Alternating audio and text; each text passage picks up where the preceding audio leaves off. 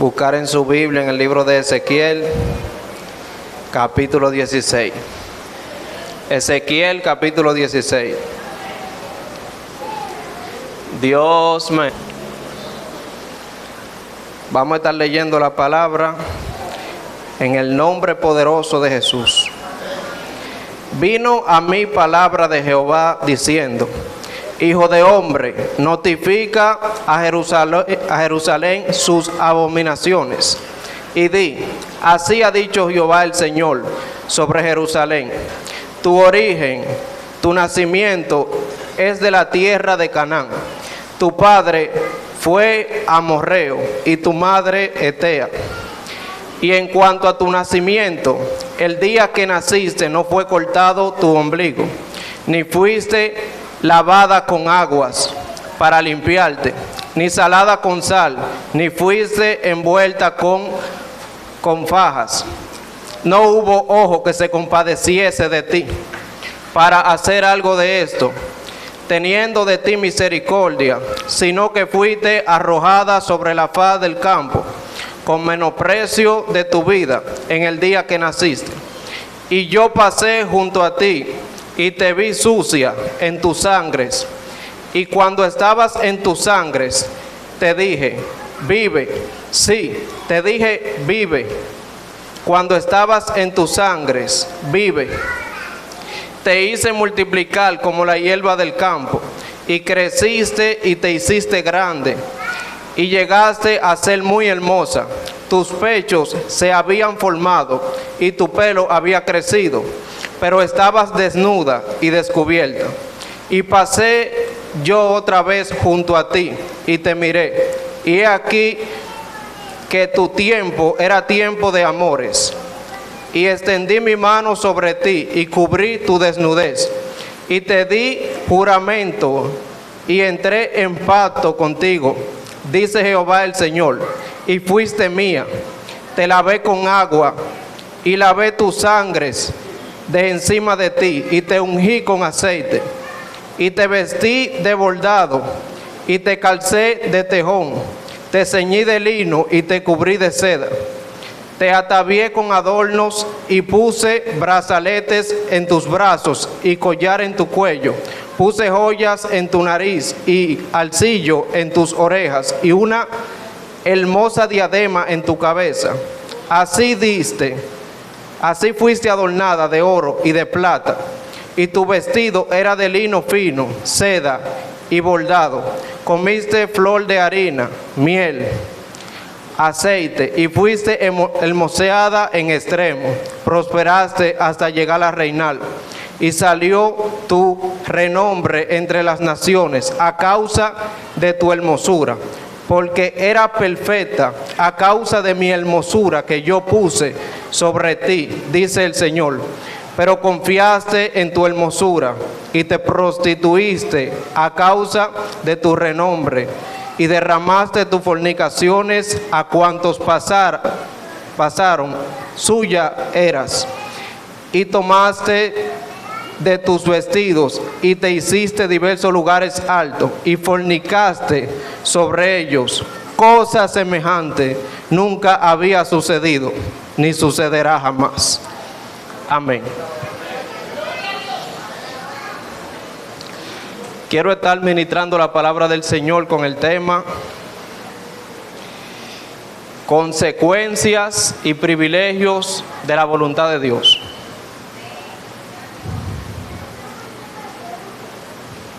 La palabra voluntad tiene que ver con lo que es, lo que Dios quiere que nosotros hagamos, el propósito, el plan de Dios para con nosotros. Eso es el propósito, el deseo de Dios para la humanidad. En la Biblia dice en el libro de los Romanos, capítulo 12, verso 2: no os conforméis a este siglo, sino transformaos por medio de la renovación de vuestro entendimiento, para que comprendáis cuál es la buena voluntad de Dios, agradable y perfecta. Lo que nosotros podemos ver aquí es que cuando nosotros renovamos nuestro entendimiento, nosotros comenzamos a comprender cuál es la buena voluntad de Dios, agradable y perfecta, porque nosotros comenzamos a conocer a Dios, comenzamos a aprender de Dios, y eso nos hace caminar como a Él le agrada. Entonces, leyendo y escudriñando su palabra, nosotros aprendemos a agradar a Dios, renovándonos continuamente y saciando nuestra sed y nuestra hambre espiritual. De esa manera nosotros conocemos la voluntad de Dios y sabemos lo que Dios quiere para nuestra vida, sabemos el plan, el propósito, y no andamos dando palos a ciegas. Dice en el libro de los Proverbios que la bendición de Jehová es la que enriquece y no añade consigo dolor, no añade consigo tristeza. Pero todo lo que es la voluntad de Dios en nuestra vida es para bien nuestro, para llevarnos a un punto específico de nuestra vida en el cual seamos bendecidos y en el cual otros sean bendecidos y sean alimentados de lo que Dios deposita y ponga en nosotros. Cada plan de Dios es con un objetivo específico para sacar algo a relucir de lo que Él ya ha depositado en nosotros. Pero muchas veces nosotros salimos de ese molde, de ese modelo, porque está lo que es la voluntad humana y está lo que es también la voluntad del diablo. El plan del diablo, el deseo del diablo de que nosotros nos perdamos y nos alejemos de la voluntad de Dios. Y en muchas ocasiones esto hace que el plan de Dios, nosotros logremos salir de ese plan por medio de nuestra propia voluntad y por medio del plan del mismo enemigo. Pero Dios tiene un momento específico marcado para establecerlo en nuestra vida. Pero tanto hay consecuencias como privilegios, como recompensa que nosotros podemos recibir por hacer y por no hacer la voluntad de Dios. Aquí donde nosotros leímos, muestra lo que es una cronología de lo que es el estado espiritual de Israel, desde su inicio hasta su etapa final, hasta la etapa de la caída, donde verdaderamente ellos cayeron desde lo alto. Como lo dijo en el último verso que leímos, cosa semejante no se ha visto jamás. Cosa semejante, cosa como esta, nunca había sido visto jamás. En el principio del verso que leímos, en el verso 3 del capítulo 16, Ezequiel recibe la palabra de Dios que le dice, dile al pueblo que desde su inicio en la tierra de Canaán, su padre fueron amorreos y su madre era etea.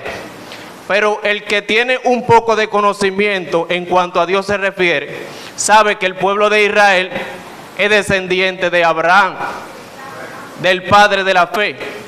Y esto lo podemos relacionar con lo que es la ocasión en el verso 8, en el capítulo 8 del libro de Juan, que viene Jesús y le dice a los fariseos y a todos los intérpretes de la ley, a todo el que estaba en aquel lugar, le dice, vosotros sois hijos de vuestro padre el diablo, porque las obras de él ustedes manifiestan, porque él ha sido un homicida desde el principio, y eso es lo que ustedes quieren, porque ustedes me quieren matar a mí.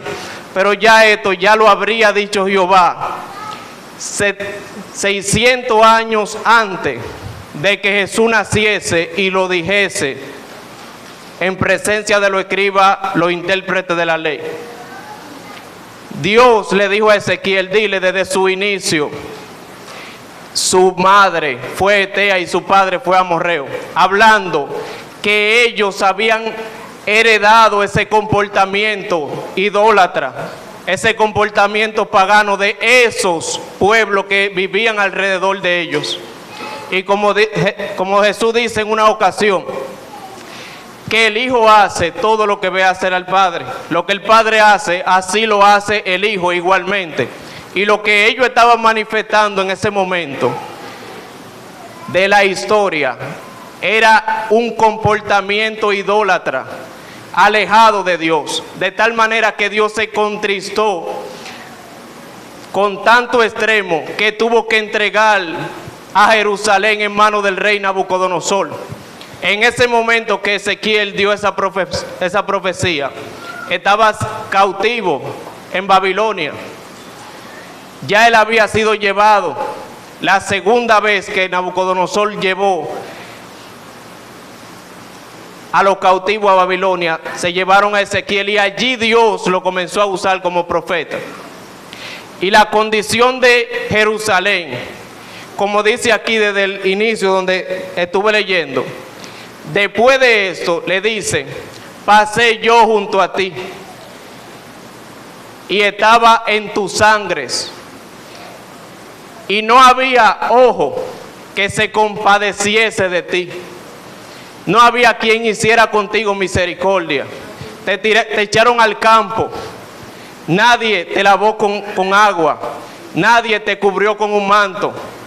Y aquí está hablando acerca del nacimiento del pueblo de Israel en Egipto, a donde ellos se multiplicaron en extremo. Estaba hablando específicamente del momento en el cual los niños estaban siendo sacrificados y estaban siendo muertos por el decreto que el faraón había firmado, para que todo niño varón sea echado a las aguas del Nilo y la hembra sea preservada la vida.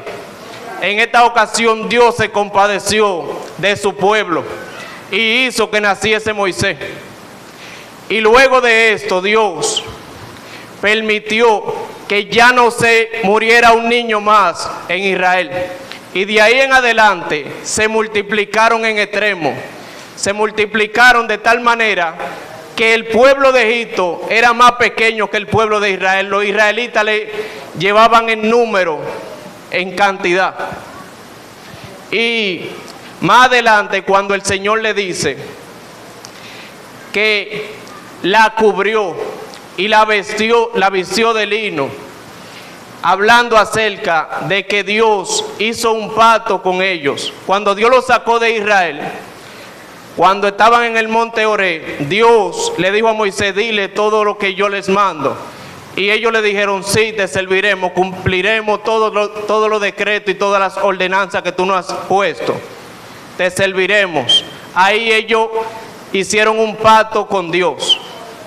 Y así nosotros hemos hecho un pacto con Dios, porque así como el pueblo de Israel estaba envuelto en sus sangres en Egipto, siendo oprimido, siendo esclavizado, siendo forzado y maltratado, así nosotros estuvimos en un tiempo siendo oprimidos en el mundo, siendo menospreciados, sin un ojo que se compadeciese de nosotros. Nadie se compadeció de nuestra condición. Y Dios se compadeció de nosotros, de cada uno de nosotros se compadeció Dios. Y nos sacó del lugar donde estábamos siendo oprimidos, siendo esclavizados, siendo golpeados.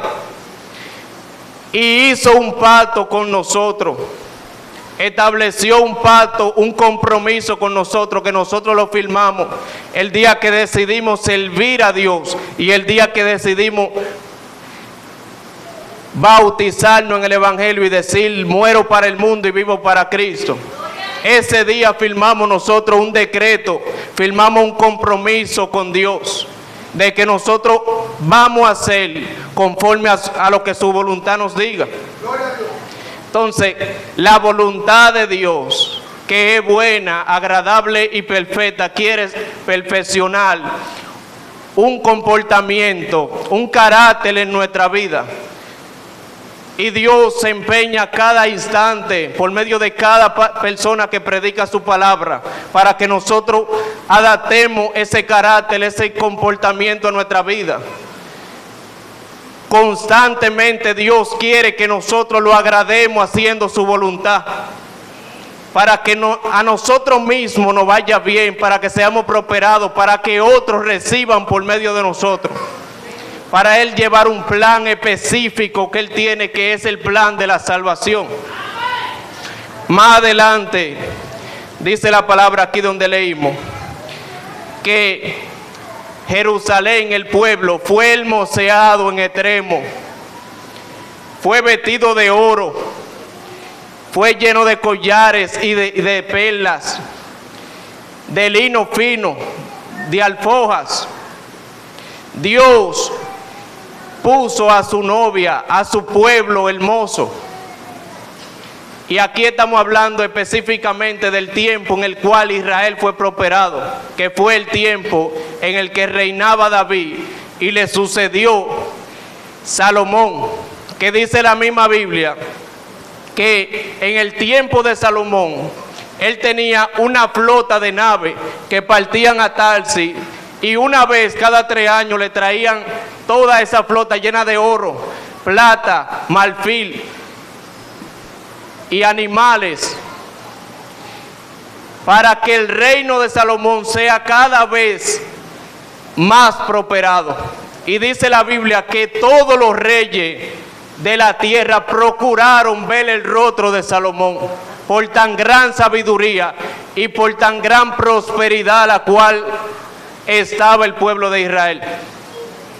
Y en ese momento, luego de que Salomón logró enaltecerse por lo que había logrado, ya cuando estaba viejo, que se corrompió por los ídolos de sus mujeres, de ahí en adelante es que cada uno de estos versos que se representa con esta cronología bíblica, que dice que al Israel fue ser hermoseada en extremo, al ver su hermosura, la cual Dios le había dado, la cual Dios había puesto sobre ella.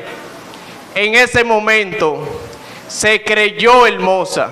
En ese momento comenzó a apartarse de la voluntad de Dios, del propósito.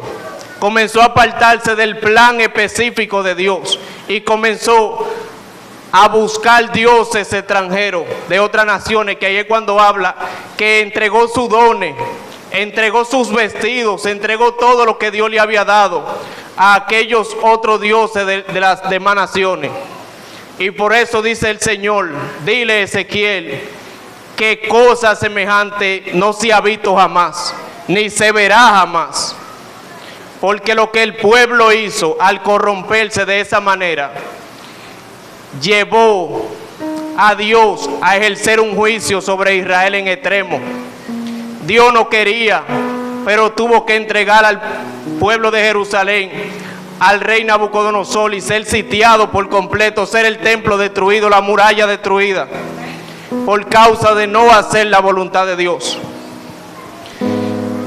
Y eso es lo que lleva a cada creyente a la ruina, porque después de que Dios te moldea, te cambia, te limpia, te pone en un lugar de renombre, te pone lindo verdaderamente, que tú reconoces que Dios ha hecho cosas hermosas en tu vida, y ahí es cuando llega un momento de descuido, un momento en el cual tu condición espiritual va durmiéndose, va enfriándose, y en ese instante Dios quiere que nosotros despertemos, como en la ocasión en la cual estaba Esther, cuando Mardoqueo le dijo: no crea que en la casa del rey tú te vas a poder librar de lo que buscan nuestra muerte. No crea que te podrá librar. No crea que vas a salir victoriosa en aquel lugar, porque tú estás más segura que todos los judíos, porque tú estás en el mejor lugar, tú estás en el mejor estatus, tú eres la reina de Susa. Pero luego le dijo Mardoqueo: para esta hora Dios te pudo haber escogido para que tú salves y libres a este pueblo de ser muerto. Y le dijo: si tú no actúas en favor de tu pueblo, respiro y liberación vendrán de otro lado, pero tú y la casa de tu padre sufrirán la consecuencia. Y eso es lo que sucede cuando nosotros nos alejamos de la voluntad de Dios, que es buena, agradable y perfecta, que es un plan para bien de nuestra vida y para bien del que está alrededor de nosotros. Por esa razón, así como Mardoqueo, yo le digo, despierta de tu condición. Antes de que sea tarde, reconoce que verdaderamente tú estás colocada en el lugar para ayudar a otro.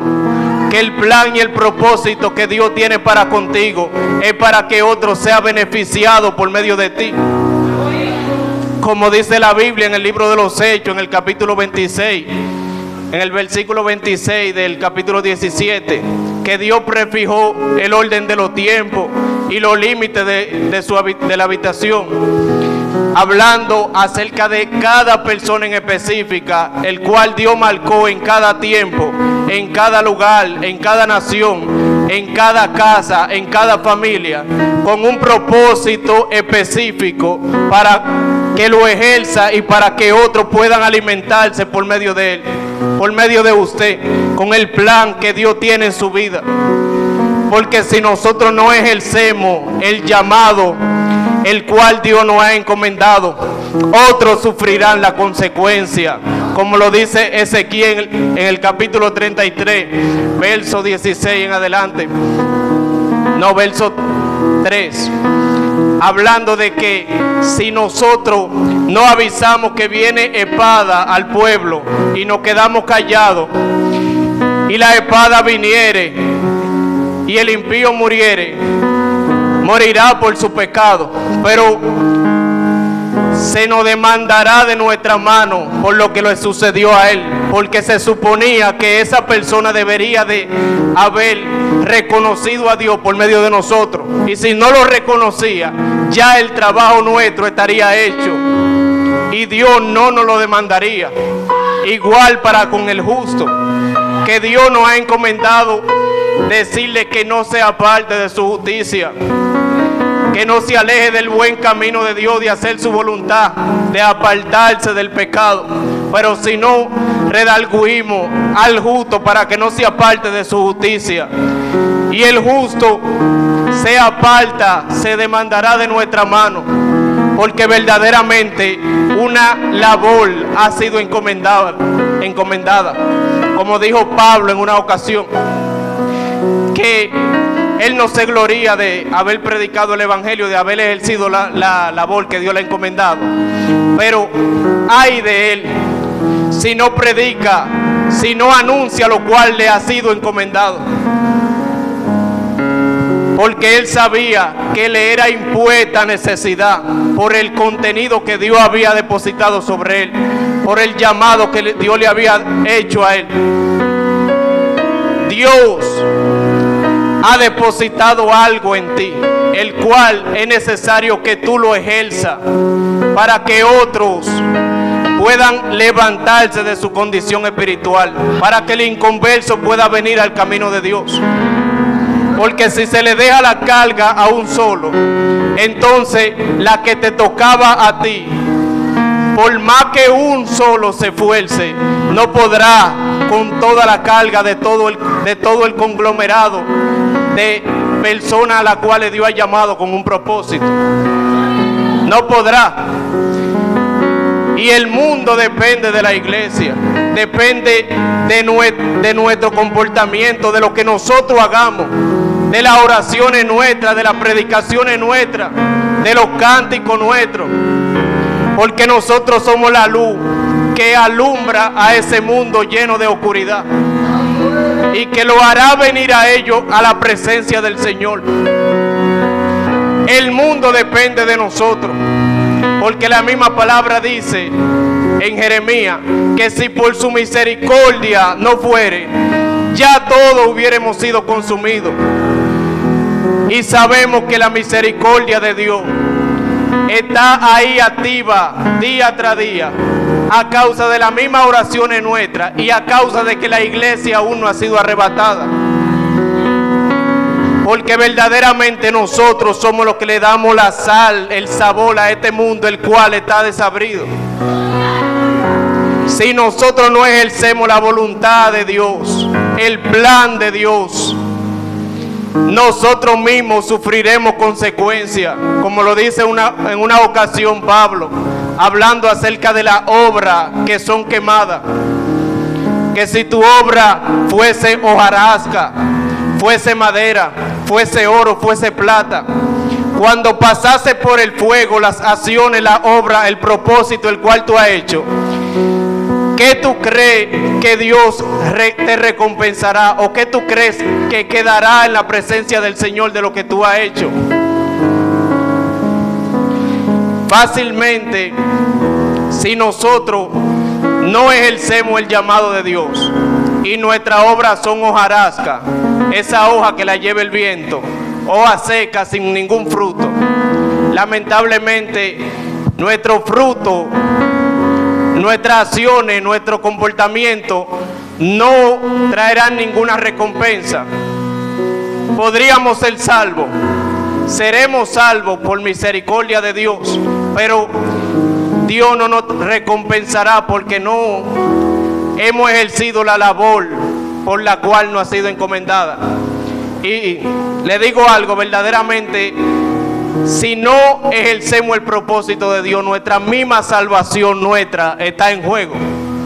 Porque si nosotros no damos por gracia lo que hemos recibido, nosotros mismos nos estamos destruyendo, porque esa unción y esa capacitación la cual Dios ha depositado en nosotros, lo que está siendo paralizada, así como el joven, el cual Jesús le entregó los talentos en la parábola, que Jesús habla de los talentos, que se le entregó uno y lo enterró, lo mantuvo ahí guardado y nunca lo sacó, hasta que él vino y se lo pidió. Cuando se lo pidió, Jesús lo que le dijo, no, Jesús no, la parábola, lo que le dijeron, que ese talento se le daría al que tenía más, porque el que tenía más era el que estaba haciendo el trabajo. El que tenía más representa a aquel obrero que trabaja al 100%, que trabaja por más de lo que Dios lo ha llamado, que él hace lo que Dios le encomendó a él y lo que Dios le encomendó a otro. Él está ocupando la labor de otro y también la de él. Y ese es el caso cuando nosotros descuidamos la labor la cual nos ha sido encomendada. Lamentablemente hay consecuencias que vendrán a nuestra vida. Y en una ocasión David, cuando aún no había reconocido ni había aprendido a consultar a Dios, tomó una decisión de ir a donde el rey filisteo para asociarse con él, cuando David llevaba la espada de Goliat. Y en esa ocasión le fue mal a David, porque aún en ese momento él todavía no había consultado a Dios, todavía él no había entendido que para cada cosa él necesitaba saber la voluntad de Dios. ¿Qué sucedió? David llegó a aquel lugar y cuando se vio en peligro de muerte, tuvo que fingir su propia locura. Tuvo que actuar como un loco por causa de no hacer la cosa conforme a la voluntad de Dios. Pero no lo podemos culpar del todo, porque él se encontraba en un momento de agonía. Pero aún en el momento de agonía, nosotros debemos de pedir opinión a Dios. Y como le decía al principio, explicándole lo que es la voluntad, que lo dice en el libro de los Romanos, capítulo 12, verso 2, que no conforméis a este siglo, sino transformados por medio de la renovación de nuestro entendimiento. Cuando nosotros somos renovados, cuando nosotros añadimos a nuestro entendimiento más y más conocimiento en cuanto a Dios se refiere, ahí nosotros nos capacitamos y aprendemos a buscar la voluntad de Dios en cada ocasión. ¿Sabe qué? Que esa situación en la vida de David lo enseñó a jamás tomar una decisión sin la voluntad de Dios, porque se vio en peligro de muerte, de tal manera que tuvo que fingir su propia locura para que no lo mataran.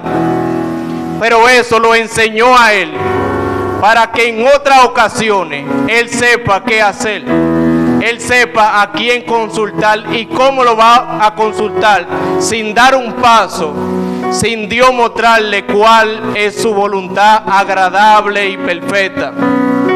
Y de ahí en adelante no vemos un trompiezo más de David en cuanto a la obra de Dios, en cuanto a la guerra y a la batalla, la cual Dios le encomendó a él que peleara. De ahí en adelante lo que nosotros vemos es el éxito de David, la conquista de los reinos. Y de ahí en adelante es que el reino es prosperado. Cuando David comienza a consultar a Dios, a buscar su voluntad.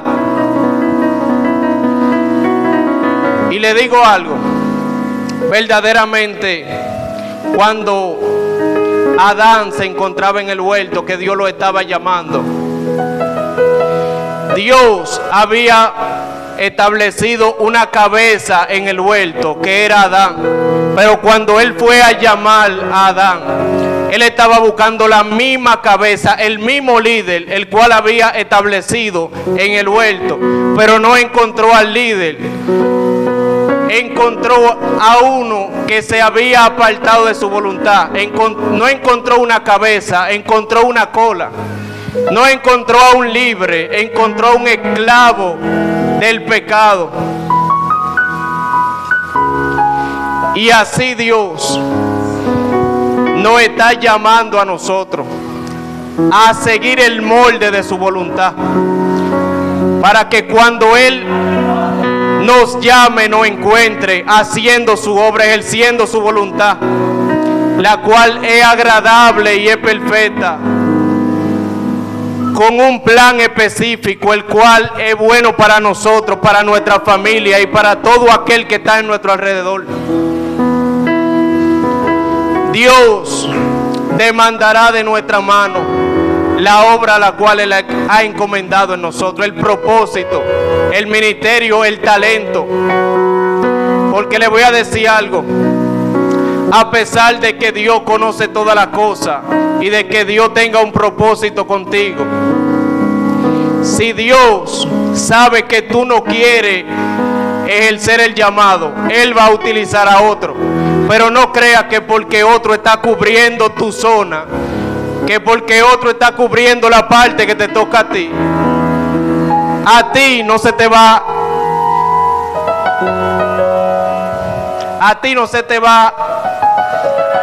a demandar, porque verdaderamente esa era la parte que a ti te tocaba. La que te toca a ti, hazla tú, y la que le toca al otro, que la haga él. No dejes que otro haga lo que te toca a ti, que por más que otro lo haga, a ti se te va a demandar. Hasta aquí con la palabra del Señor.